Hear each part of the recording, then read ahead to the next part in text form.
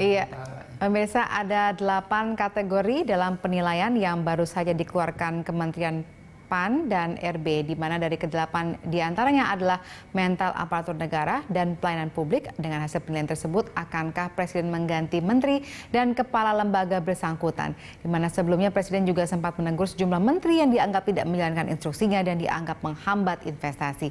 Nah, guna membahasnya, sudah ada Kevin Egan di Grand Studio yang akan menjelaskannya untuk Anda. Silakan, Egan. Ya, terima kasih Valerina Daniel. Pemirsa, dari 82 kementerian dan lembaga, hanya 2 lembaga yang mendapatkan nilai A, sementara 3 lembaga mendapatkan nilai terendah, yaitu C. Nah, lantas apakah hasil penilaian tersebut menjadi salah satu alasan Presiden untuk mengganti menteri maupun kepala lembaga yang bersangkutan? Nah, di mana juga sebelumnya Presiden juga sempat menegur sejumlah menteri pada saat rapat kabinet di Istana Negara kemarin. Berikut adalah informasi terkait hasil penilaian tersebut hingga menteri mana saja yang pernah mendapatkan teguran dan berujung dengan digantinya sang menteri tersebut. Kita akan mencermati pertama bagaimana dengan hasil dari evaluasi yang dilakukan oleh Kemenpan RB kemarin. Kita lihat ada 82 kementerian, namun kami hanya menampilkan 10 kementerian. Kita lihat hanya ada 2 kementerian yang mendapatkan nilai A, yaitu Kementerian Keuangan dan juga Badan Pemeriksa Keuangan. Sedangkan nilai BB diperoleh antara lain oleh Kementerian Luar Negeri dan juga Kementerian Hukum dan HAM. Kejaksaan Agung mendapatkan nilai B.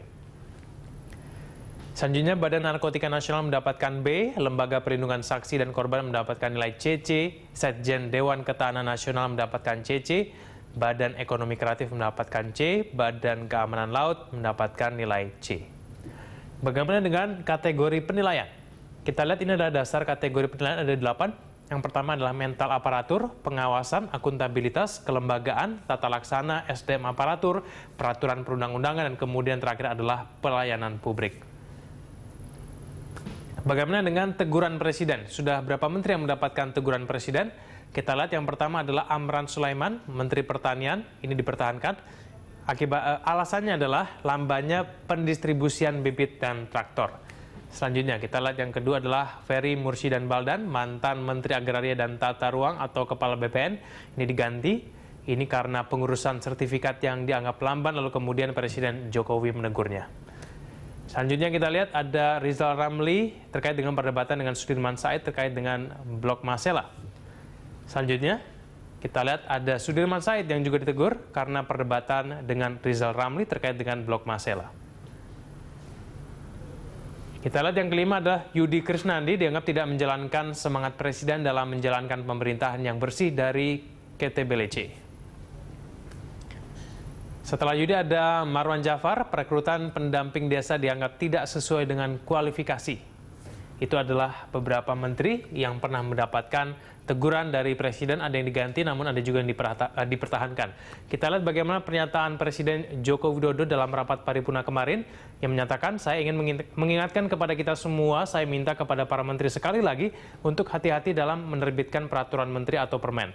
Yang harus dilakukan sekarang ini adalah hanya untuk mempermudah dunia usaha untuk ekspansi, untuk mengembangkan usahanya, dan juga untuk berinvestasi. Selanjutnya kita lihat bagaimana pernyataan dari Sekjen PDIP, Hasto Kristianto. Reshuffle hanya bisa dilakukan atas kehendak Bapak Presiden. Reshuffle dilakukan untuk meningkatkan efektivitas dan percepatan program-program pemerintahan Jokowi JK.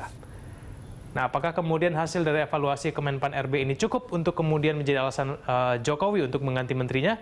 Kita tunggu waktu saja. Saya kembalikan ke Anda, Valerina Daniel. Baik, terima kasih Egan atas informasi yang disampaikan. Kita lanjutkan dialog kita, pemirsa. Iya. Saat ini kami sudah terhubung melalui sambungan telepon ada Yandri Susanto dari Partai Amanat Nasional atau PAN. Selamat malam Pak Yandri. Selamat malam, Assalamualaikum Mbak Valerina. Ya, Waalaikumsalam warahmatullahi wabarakatuh. Pak Yandri, kemarin ya, PAN kok tidak ada di istana ya, walaupun partai-partai koalisi lainnya ada?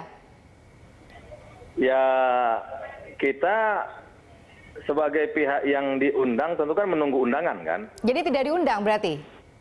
Ya kira-kira begitu. Tapi bagi PAN nggak ada masalah. Kita kalau diundang siap hadir. Kalau badan sehat sama waktunya ada. Kalau nggak diundang walaupun badan sehat waktunya nggak ada itu nggak boleh datang. Kecuali ada teman musibah itu boleh kita datang tanpa diundang. Jadi kemarin memang pertemuan partai-partai koalisi itu PAN nggak diundang. Tapi sekali lagi kita tetap menghormati pertemuan itu.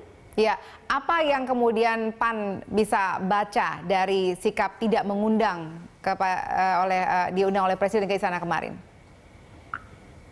Kalau tepatnya kita nggak tahu ya kenapa kami nggak diundang ya. Tentu yang paling pas untuk menjawab itu kan pihak istana. Bisa Pak Jokowi langsung atau Mensesnek atau Siskap. Atau pihak yang ditunjuk oleh Pak Jokowi untuk menyampaikan kenapa PAN kemarin nggak diundang. Tapi bagi kami itu bukan sebuah persoalan besar. Ini sesuatu yang biasa-biasa saja sebenarnya. Karena kalau kami misalkan lihat ataupun dengar dari media, pertemuan kemarin kan membahas tentang Perpu 1 dan Perpu nomor 2 tahun 2017. Di mana Perpu nomor 1 itu akan diambil keputusan paripurna lusa hari Kamis tentang keterbukaan informasi keuangan. Dan tadi malam di Komisi 11 sudah dibahas, sudah dibuat pandangan mini fraksi dan PAN menerima Perpu nomor 1 itu. Jadi kami tanpa di lobby ataupun diundang ke istana, kami sudah tahu kalau ini untuk kepentingan bangsa dan negara, tentu akan kami backup, kami dukung karena program ini Perpu tentang keterbukaan informasi keuangan ini cukup bagus untuk menggenjot penerimaan pajak kita, gitu Pak. Baik, ya. Tapi kalau misalnya masalah diundang nggak diundang bagi kami, tetap kami akan berbuat terbaik untuk bangsa dan negara. Baik. Nah, tapi kan kalau ada sekarang kabar mengenai reshuffle, nah ini dengan ketidakhadiran PAN kemarin, kemudian orang membacanya bahwa ini tanda-tanda bahwa PAN akan di reshuffle. Bagaimana menurut Anda? Kalau tadi kan kita dengar berita satu menyampaikan bagaimana evaluasi reshuffle 1, reshuffle 2 ya. Ada juga menteri yang memang penilaiannya jelek tetapi tetap dipertahankan. Ada yang dianggap publik bagus tapi digeser atau diganti. Jadi sebenarnya kita tetap berpegang teguh memang reshuffle itu hak prerogatif presiden dan PAN menghormati itu. Jadi kalaupun sekarang ada desas-desus atau isu kemudian berujung akan ada reshuffle, bagi kami tidak akan terganggu. Kader kami yang ada di kabinet tetap akan bekerja semaksimal mungkin sesuai dengan tupoksinya. Toh kalau misalkan ada reshuffle, sekali lagi itu kita kembalikan kepada Pak Jokowi apakah menteri dari PAN yang satu-satunya itu Menpan RB itu akan kena reshuffle atau tidak. Tapi kalau dilihat dari perkembangan 1 tahun terakhir Bang Asman duduk di sana, saya kira tidak ada hal-hal yang kontroversi yang beliau lakukan dan perintah Pak Jokowi dilaksanakan dengan baik. Artinya begini Mbak Farina, kalau misalkan benar-benar ada reshuffle dalam waktu dekat, kami meyakini Bang Asman nggak akan kena karena selama ini Presiden selalu melaksanakan reshuffle itu berbasis kinerja. Jadi kalau berbasis kinerja yang Bang Asman insya Allah aman. Tapi kalau ada variabel lain atau parameter yang lain yang dijadikan sebagai barometer untuk mengevaluasi menteri atau kedudukan menteri perwakilan dari partai politik, ya sekali lagi semua ini kami serahkan kepada Pak Jokowi.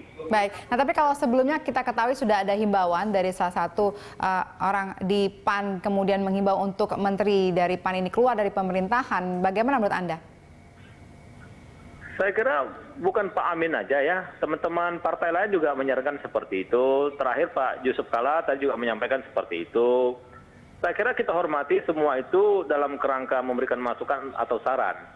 Finalnya adalah tetap pada Pak Jokowi karena beliau pemegang mandat penuh untuk melakukan perombakan atau reshuffle. Jadi kalaupun hari ini ada usul, saran, pendapat, bagi kami biasa-biasa saja itu karena kami paham betul masalah menteri ketika dia dilantik memang dia siapapun menterinya, posisi apapun menteri itu ya memang setiap saat harus siap jika di rolling atau di reshuffle oleh Pak Presiden karena dia statusnya pembantu Presiden gitu loh. Jadi bagi kami saran yang banyak itu tentu kami hargai sebagai sebuah masukan kepada Pak Jokowi, tapi kami yakin Pak Jokowi akan mengambil kesimpulan yang menurut beliau yang terbaik untuk bangsa dan negara. Gitu Mbak Farina. Baik, Pak Yandri tahan dulu di studio, ada Pak Samsudin Haris. Saya akan tanyakan ke Pak Samsudin kalau dari dengar jawaban dari Pak Yandri, menurut Anda apa yang kemudian akan terjadi?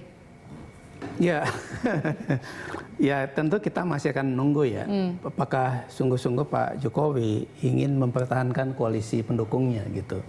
Nah, saya membaca bahwa basis reshuffle itu di satu pihak memang kinerja, tapi mau tidak mau akan ke politik juga. Nah, kalau kita melihat pengalaman Pak Jokowi 2 tahun sebelumnya, kemudian tahun sebelumnya, itu selalu demikian. Jadi gabungan antara kinerja di satu pihak dan soliditas politik di pihak lain, itu yang menjadi hitung-hitungan. Sehingga bagaimanapun soal wakil PAN di kabinet tetap akan sangat ditentukan oleh presiden. Ya, kita menunggulah kapan reshuffle itu dilakukan, apakah menjelang bulan Oktober ini atau sebelumnya. Baik, kalau Pak Yandri dari PAN sendiri sudah pernah diajak berbicarakah oleh pihak kepresidenan untuk mengenai ataupun presiden untuk rencana reshuffle ini? Sampai hari ini kita belum diajak komunikasi ya. Tapi sekali lagi kami sangat hormat dengan posisi seorang presiden, dan itu karena dia mandataris undang-undang dasar untuk mereshuffle seorang menteri dalam bentuk hak prerogatif tadi.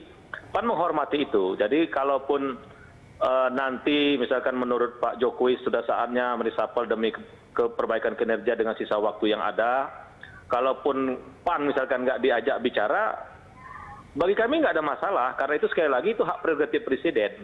Dan kalaupun kami diajak bicara, hanya sebatas saran kan begitu, sebatas masukan. Masukan itu ya mungkin hanya sekedar bahan pertimbangan Pak Presiden ketika mengambil sebuah keputusan.